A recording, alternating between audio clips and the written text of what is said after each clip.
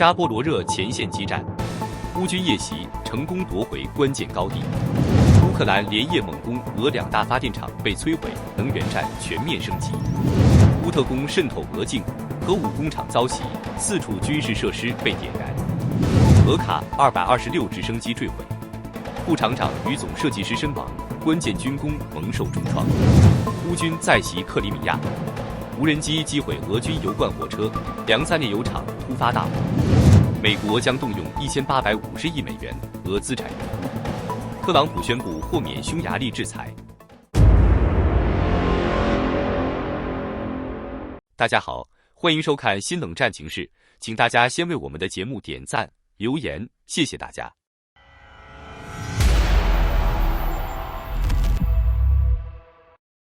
整夜都能听到炮弹爆炸的声音，火光把云层都染成了橘红色。扎波罗热前线的一名乌军士兵在社交平台上写下的这句话，真实勾勒出那场深夜反击的惨烈景象。在11月初的凌晨时分，乌军以迅雷不及掩耳之势对扎波罗热东部的战略高地发动突袭。短短数小时内，炮火、烟尘与厮杀交织成一幅血与火的画卷。经过激烈的拉锯与白刃搏杀，乌军最终成功从俄军手中夺回乌斯佩诺夫卡村附近的核心制高点。这场高地易手看似一处局部突破，却在无声中撼动了整个南线战场的格局。来自前线的情报显示，这次反击绝非一场仓促的冒险，而是一场经过周密筹划的掏心行动。乌军在行动前已完成详尽的情报收集与战场建模，精确掌握了俄军的布防与火力点分布。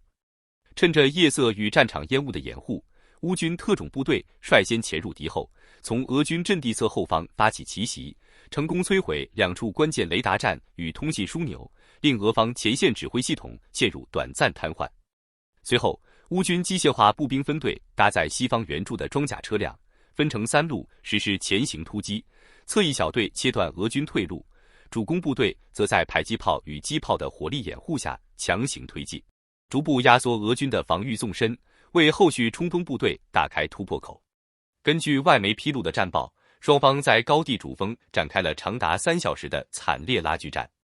俄军依托预设战壕与混凝土掩体展开顽强抵抗，并数次调动坦克分队试图发动反冲击。然而，乌军凭借先进的夜视装备和小队战术配合，在黑暗中占据主动，一步步蚕食俄军控制区。当黎明的第一缕阳光穿透硝烟，照亮战场时，乌军的蓝黄旗帜已重新升起在高地顶端的观察哨上。根据战果统计，此役乌军击溃俄军2个加强台，缴获包括3辆装甲车在内的多件重型装备，彻底稳固了对高地的控制权。有人或许会疑惑，这片看似荒芜的丘陵地带何以让双方不惜血战？答案藏在扎波罗热的地理与战略意义之中。作为贯通克里米亚与顿巴斯的交通命脉，扎波罗热的控制权直接决定着俄军南线补给线的安全。而这座被夺回的高地位于乌斯佩诺夫卡村南部，堪称天然的瞭望塔，从这里可俯瞰方圆10公里的战场，同时又是俄军向西推进、向南支援古利艾波尔镇的必经要道。更为关键的是，这个高地距离俄军南部防御枢纽托克马克仅约20公里。乌军占据此地后，其远程火炮和无人机侦察范围便能直接覆盖俄军的后勤补给线与运输通道。这一变化无疑为俄方防线蒙上了深重阴影。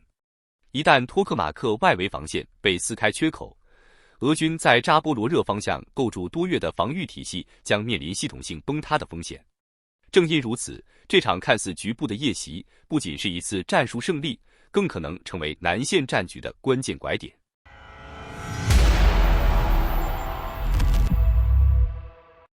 乌克兰对俄罗斯的能源系统打击行动正在急剧升级。近期，乌军将目标从炼油厂、天然气设施转向发电厂，开启了对俄境电力系统的新一轮能源攻势。最新消息显示，乌军在短短数小时内对俄罗斯别尔哥罗德与沃罗涅日2地的重要火力发电厂实施了集中打击，造成大规模停电与爆炸，标志着战争的火线正蔓延至俄境更多核心地区。据开源情报防御者报道，当地时间11月9日夜间，乌克兰率先向靠近边境的别尔哥罗德地区发射密集无人机群，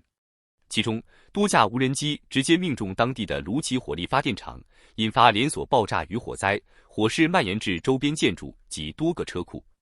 从社交平台流传的视频中可以看到，夜空被火光点燃，大片区域被烈焰照亮，而后城市陷入彻底的漆黑。由于空袭破坏供电系统，别尔哥罗德多地陷入停电状态。俄方州长格拉德科夫证实，停电影响超过2万人，但坚称并未造成任何人员伤亡。紧接着，俄罗斯西南部的沃罗涅日州也传出爆炸声，当地的第一火力发电厂遭到无人机袭击后起火燃烧。尽管俄方官方否认电厂被完全摧毁，但承认现场出现爆炸与火情。消防部门被紧急调往事故地点进行救援，但沃罗涅日多个城区仍出现大面积停电与供暖中断的情况。值得注意的是，俄罗斯此刻正步入漫长而寒冷的冬季，而这些供电中断让民众第一次切身感受到战争的倒灌效应，战火不再局限于前线，而是延伸至他们的日常生活中。与此同时，俄罗斯南部的塔甘罗格地区也传出能源设施被袭击的消息。当地高压输电线路在遭受袭击后被迫紧急停运，进一步加剧了俄南部电网的不稳定。综合情报分析，乌克兰此轮针对俄罗斯电力系统的袭击是自夏季以来规模最大、波及面最广的一次。乌军的目标已从早期的炼油厂、天然气厂，逐步转向直接打击发电厂与输电枢纽。这些设施是俄军后勤和民用能源系统的关键命脉。事实上，早在11月6日前后，乌克兰就已重创俄罗斯规模最大的科斯特罗马火力发电厂。此举被视为对俄军前期导弹袭击基辅等地基础设施的直接报复。当时，乌克兰多地一度出现停电与供暖中断，造成了明显的社会压力。而如今，乌军以对等打击的方式回击，将能源战推向新的高度。俄罗斯的能源系统目前正承受多重压力。除去乌克兰的持续袭击，国际政治层面的制裁也在进一步收紧。美国最新声明称，匈牙利所获的俄能源制裁豁免仅为期1年。此前，匈牙利总理欧尔班宣称已从白宫获得长期豁免，但事实证明期限并非无限延展。更为微妙的是，欧尔班政府仍需从美国进口约星号6亿美元的液化天然气 LNG 星号以弥补能源缺口。这意味着长远来看，匈牙利也不得不逐步摆脱对俄罗斯能源的依赖。对于莫斯科而言，这无疑又是一种新的经济与外交层面的打击。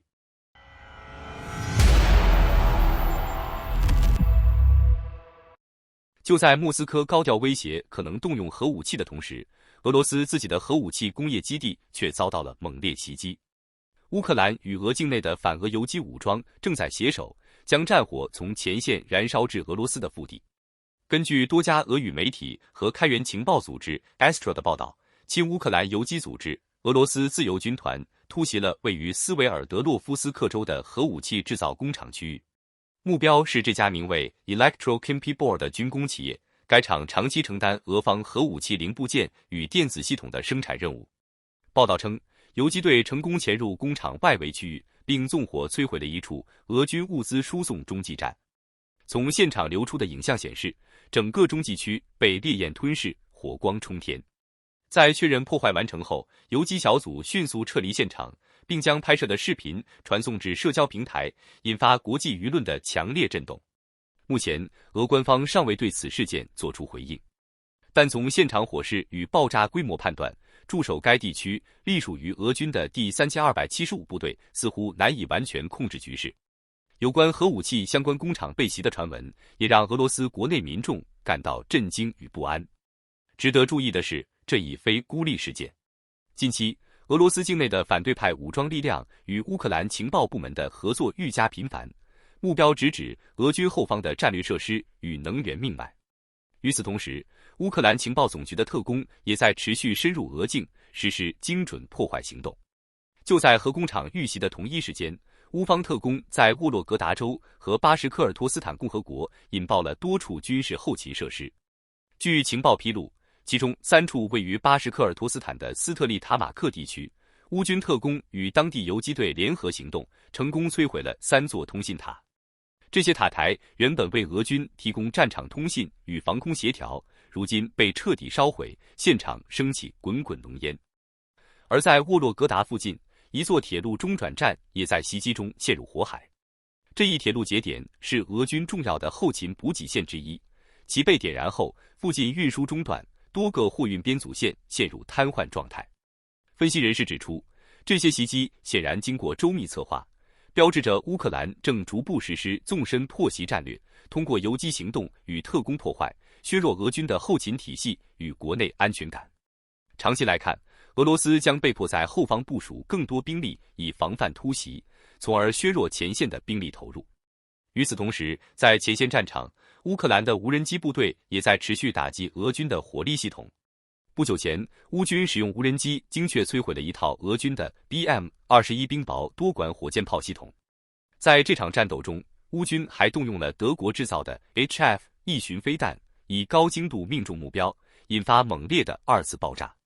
航拍画面记录下了令人震撼的场景，在爆炸中心升起巨大火球，火光冲破夜空，浓烟翻滚如浪，整个俄军阵地被烈焰吞没。从俄罗斯的腹地到前线阵地，乌克兰的反击行动正在不断扩大。核武工厂、通信塔、铁路中转站与前线火箭炮阵地一一被摧毁。这场战争早已不再局限于战线两端，而是演变成一次全面的多层次的破袭战争。战火仍在燃烧，乌克兰的反击步伐也从未停止。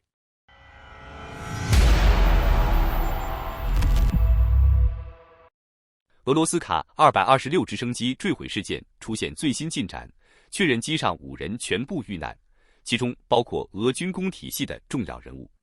据图片报披露，当地时间11月8日，俄罗斯达吉斯坦地区公布了坠毁事故的遇难者名单。身亡的5人全部来自俄罗斯关键军工企业基斯利亚尔机电厂 KEMZ， 他们原计划飞往一处度假胜地，但途中却遭遇了致命事故。遇难者中包括副厂长马戈梅多夫、总工程师苏斯洛夫、总设计师萨阿杜耶夫，以及驾驶员贾布拉伊洛夫和机械师苏罗夫。苏罗夫在被紧急送医后，仍因伤势过重不治身亡。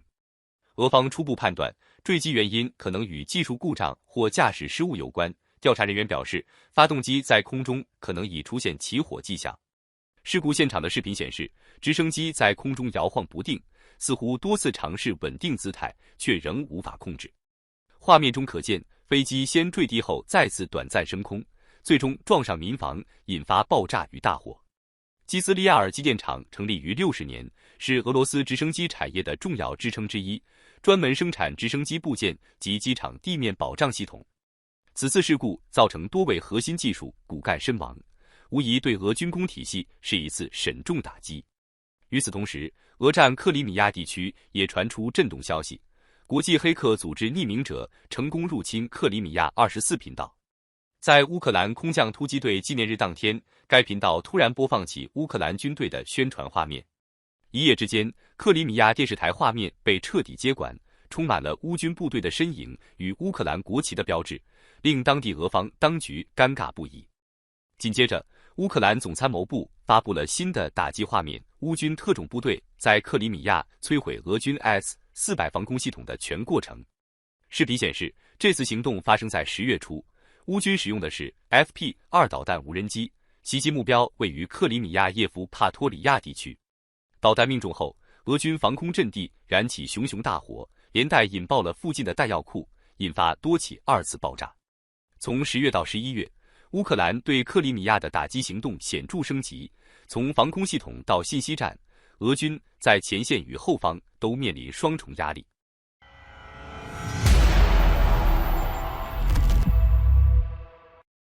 短短不到3天时间，乌克兰再度对俄占克里米亚地区发动袭击，这一次目标是一列俄军的油罐列车。与此同时，位于俄罗斯本土的梁赞列油厂也突发大火，火势惊人，整个夜空被染成橙红。据开源情报技术 OSINT 披露，乌克兰军方于当地时间11月7日前后对克里米亚境内的油罐火车实施了精准打击。据称，从现场流出的视频可见，一架乌军无人机成功命中目标，瞬间引发剧烈爆炸。画面中，油罐车被猛烈的火焰包围，车体燃烧后不断传出轰鸣声，火势迅速向周围蔓延。无人机的航拍画面显示，爆炸后现场腾起浓厚的黑烟，滚滚烟柱在数公里外都清晰可见。俄方目前尚未对此事公开回应，但从燃烧规模判断，这列火车几乎已被完全摧毁。值得注意的是，这已不是首次出现类似袭击。过去数月中，克里米亚境内多次传出油库、弹药车被炸的消息。就在不久前，乌克兰特种部队还袭击了克里米亚的赫瓦尔迪斯克油库，多座 RVS-400型大型储油罐被彻底摧毁。此外，新菲罗波尔的储油设施也在无人机空袭中中弹，引发持续数小时的大火。可以说，克里米亚几乎每隔2天就会遭遇一次打击。乌军针对俄方能源和运输体系的消耗战正在持续升温。与此同时，视线转向俄罗斯本土，距离莫斯科不足200公里的梁赞列油厂再次发生严重火灾。当地官方尚未公布具体原因，但多方怀疑这场大火或与乌克兰远程打击行动有关。梁赞列油厂是俄罗斯规模最大、地位最重要的炼油厂之一。自俄乌战争爆发以来，它已至少遭受10次袭击。最近一次发生在10月23日，当时乌军发射了自制的佩克洛导弹，连续引发10余次爆炸，使炼油作业被迫中断。频繁的打击和不断升级的国际制裁，正令莫斯科的能源收入急剧缩水。根据最新数据显示，仅在10月份，俄罗斯政府从石油与天然气生产商处征收的税款为97亿美元，相比去年同期暴跌27%。这意味着克里姆林宫的战争资金正在加速枯竭，能源系统被破坏，税收锐减，后方压力持续上升，这一切都在悄然改变战场的力量平衡。只要战争继续，这种连锁反应就会愈发显著，而这或许也将成为推动战争走向终结的隐形力量。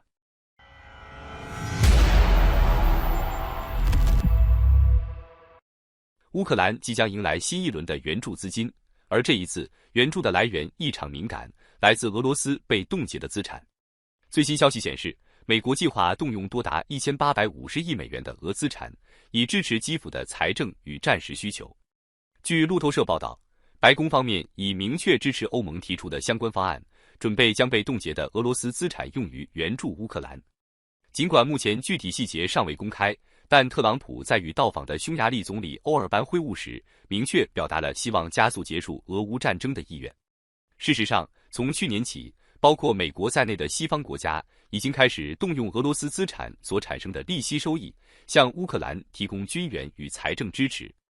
而这一次，他们计划进一步扩大规模，不仅冻结更多的俄方资产，甚至可能直接启用本金。然而，对于特朗普的表态，外界仍保持谨慎。毕竟，他的外交策略往往充满变数。此前，他还曾宣布将在匈牙利首都布达佩斯与普京举行会晤，但随后又突然取消。在记者追问原因时，特朗普解释称是俄方不愿意停火，但又补充说他们终将不得不停火。不过，在这次的联合记者会上，特朗普再次改口，当着欧尔班的面表示，他仍愿意在布达佩斯与普京会谈，以寻求结束战争的可能路径。与此同时，欧尔班则在记者会上声称，匈牙利已获得美国针对俄罗斯能源制裁的豁免权。早前，特朗普政府首次对俄罗斯石油与天然气产业实施了强力制裁，而匈牙利则是欧洲最依赖俄能源的国家之一。据彭博社披露，就在欧尔班与特朗普会晤的前夕，匈牙利能源巨头 MOL 公司公开表示，已准备寻求俄罗斯石油的替代品。这家公司是匈牙利与斯洛伐克境内唯一的炼油企业，过去曾多次坚称俄油不可替代。然而10月底，MOL 旗下的炼油厂却突然发生大规模爆炸。欧尔班对此暗示，事故可能源于外部袭击。如今 MOL 的立场开始摇摆，与欧尔班政府的政治立场似乎出现裂痕。外界普遍认为，美国给予匈牙利的能源豁免只是临时性的权宜之计。从长远来看，无论是匈牙利还是斯洛伐克，都将被迫与欧盟保持一致，逐步摆脱对俄罗斯能源的依赖。值得注意的是，欧尔班在国内的支持率正在下滑。最新民调显示，他的民意已低于反对派领袖马扎尔。随着2026年匈牙利大选临近，一旦欧尔班失利，布达佩斯的外交政策将可能迅速转向亲乌克兰与亲欧路线。好的，感谢您一口气看到最后了，这是对我们最大的鼓励和支持。要看最全面、最及时准确的战场热点报道更新，就请每日锁定新冷战情势。如果您喜欢我们的节目，也请您点赞、留言、订阅，把视频分享出去，让更多的人看到这个节目。想要赞助我们的朋友，可以打开超级感谢打赏赞助，帮助我们能持续做出更多好节目。谢谢大家。